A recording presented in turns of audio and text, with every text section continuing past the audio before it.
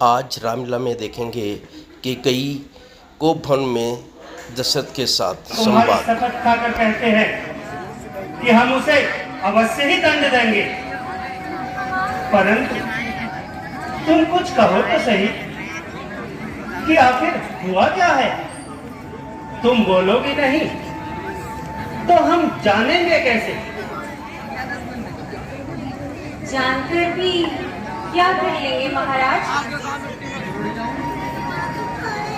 ऐसी चिकनी चुपड़ी बातें रहने ही दीजिए। बहुत सुन ली ऐसी बातें। मुझे अब आप पर विश्वास नहीं रहा महाराज। यह किस प्रकार का प्रलाप है टेकई कि तुम्हें हमारी मानसिकता और हमारी वचनबद्धता पर संदेह है। तुम चाहो तो आकाश के तारे तोड़कर तुम्हारे चरणों में बिछा दें। तुम्हारे एक संकेत पर आकाश में विचरने वाले ग्रहों और नक्षत्रों की दिशा बदल दें। बस तुम केवल अपनी इच्छा प्रकट करो रानी, हम उसे पूर्ण करने के लिए उत्सुक हैं। मेरी इच्छा बहुत ही साधारण है महाराज। मैं आपसे अपने 2 वर मांगना चाहती हूँ जो आपने मुझे देवासुर संग्राम के पश्चात दिए थे। याद है या भूल गए? हाँ हाँ, हमें भली भांति याद है कि जब हम युद्ध में घायल हो गए थे तो तुमने कितनी वीरता से रथ का संचालन किया था और हमारे प्राणों की रक्षा की थी।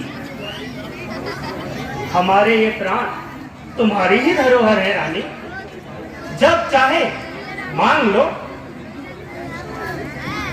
मुझे आपके प्राण नहीं चाहिए महाराज। मुझे तो केवल अपने 2 वर चाहिए। तो फिर अड़चन ही क्या है? तुम्हें यह संदेह क्यों है कि हम अपने वचनों का पालन नहीं कर पाएंगे? क्योंकि जो मैं चाहती हूँ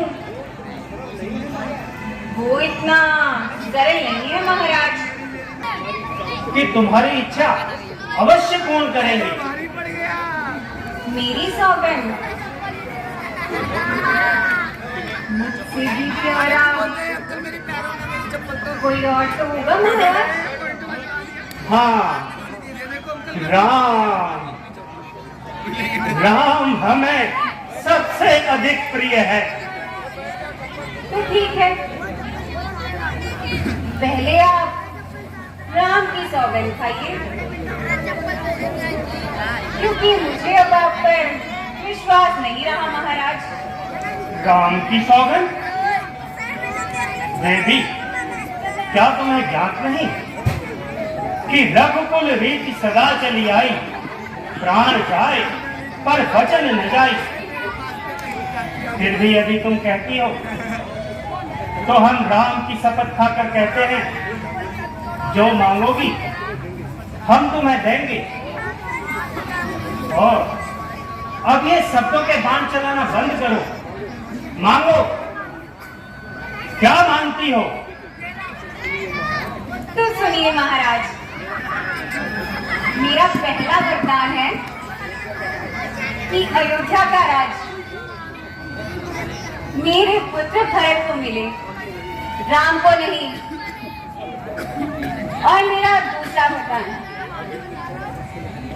राम को 14 वर्ष के लिए वनवास।